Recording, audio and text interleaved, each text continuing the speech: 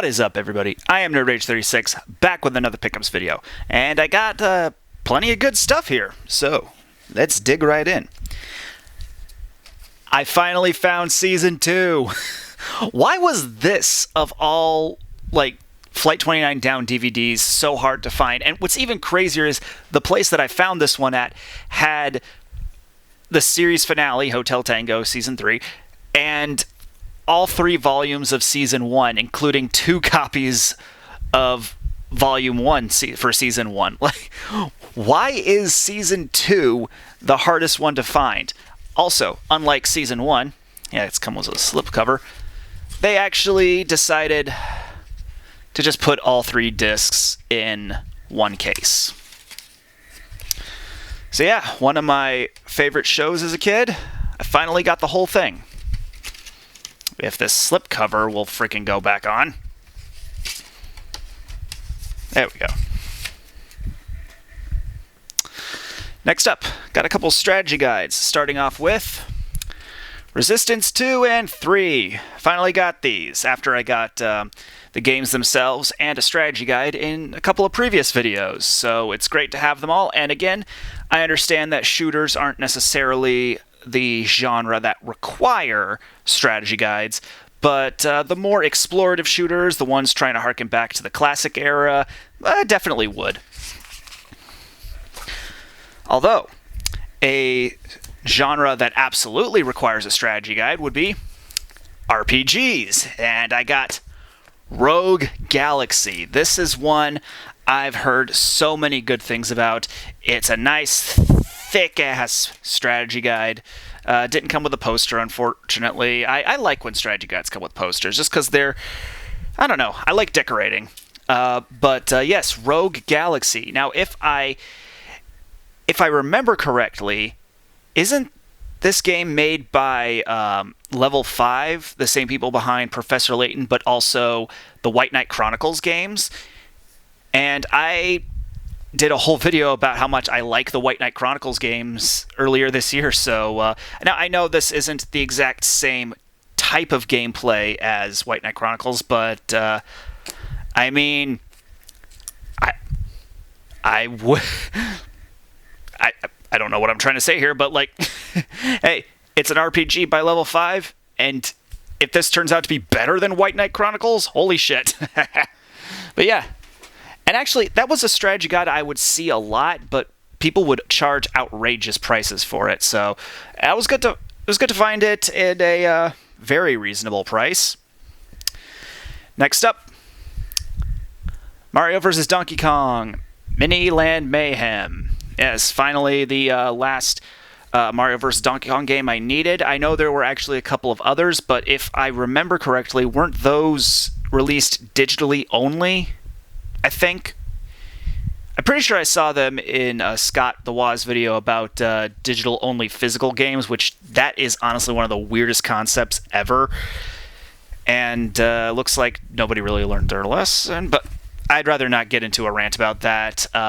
This is kind of why I like going back into the retro market, because then you can actually get shit like this. But yeah, it was the last one I needed. Nice little puzzle platformer. Yeah, I don't know when I'll get around to these, but knowing my autistic OCD ass, I probably... Well, let's see. It's Donkey Kong 94, Mario vs. Donkey Kong, and then these 2 games. That's about 4 games back-to-back. Nothing too bad. Speaking of games I needed to complete a set, I think I talked about this last time, too. For the last time, objection! Apollo Justice.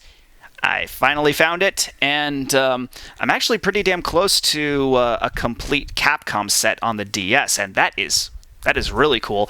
And actually, what's funny is this is the second copy I found, but I didn't pick up the first one because it didn't have the manual, but the way in which it didn't have the manual was weird, because it did have the front cover and the back cover, but it was completely empty on the inside, and none of this stuff. And what's weird is I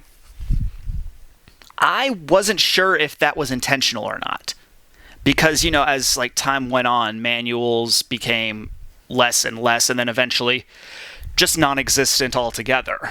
So, yeah, I wasn't sure if that was intentional, but clearly it wasn't. And now I finally got the last one on the DS, and with the completion of both Phoenix Wright and Professor Layton, I'm only missing the crossover game, although that one is stupid expensive. That might have to be a convention pickup at some point. And speaking of games that can be pretty expensive, and I'd have to go out of my way to specifically look for them, I mentioned it last time, but Castlevania Lament of Innocence. Now, what's weird is, like I said, I mentioned it last time. I asked if these games are worth playing. And again, I would like to have some general information. It's like, oh yeah, I would like to know exactly what the consensus is, but I still want to give them a try for myself. And from what I've looked into, what it seems like the issue was with the N64 games is that they tried way too hard with puzzles. I think the big example that I think most YouTube viewers would recognize is the Mandragora thing, where you have to bring ingredients to a certain place and not touch anything, or else it'll explode. But from what I've looked into, I think the PS2 games focus much more on combat. And let's see, what year did this come out? Because I don't 100% know if... 2003. I was going to say, because from the descriptions I've read, it's this would have been the predecessor to Devil May Cry and didn't do it as well, but this came out after Devil May Cry. But again, I'm going to judge it on its own merit. I'm going to try and just accept it as it is and see if it entertains me. But one problem comes up a lot in these videos. Yeah. No manual. Problem is, I got it because, one, it was the cheapest I've seen this particular game, and two, it's one of those things where it's I am never going to be able to find this complete without already having bit the bullet on it before. That's what happened with a couple of games prior, and it's you know what? I'm just going to get this one because it's for a really decent price, and it just, through the sheer power of irony, I'll probably find a much better condition copy, a more complete copy, and I could just use this as trade fodder like I did with Shenmue.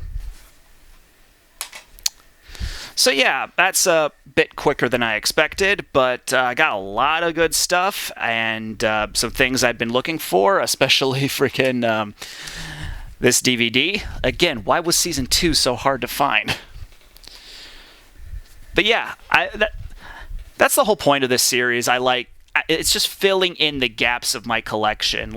Honestly, if you look back there, if you see my DVDs and stuff, there's really not a whole lot that I super need, but it's all these tiny gaps in my collection that I like to fill in, and that's what I'm doing, and I'm just enjoying the fuck out of it, both finding these games and playing them. So, with all that, I am NerdRage36, and I'll see you later.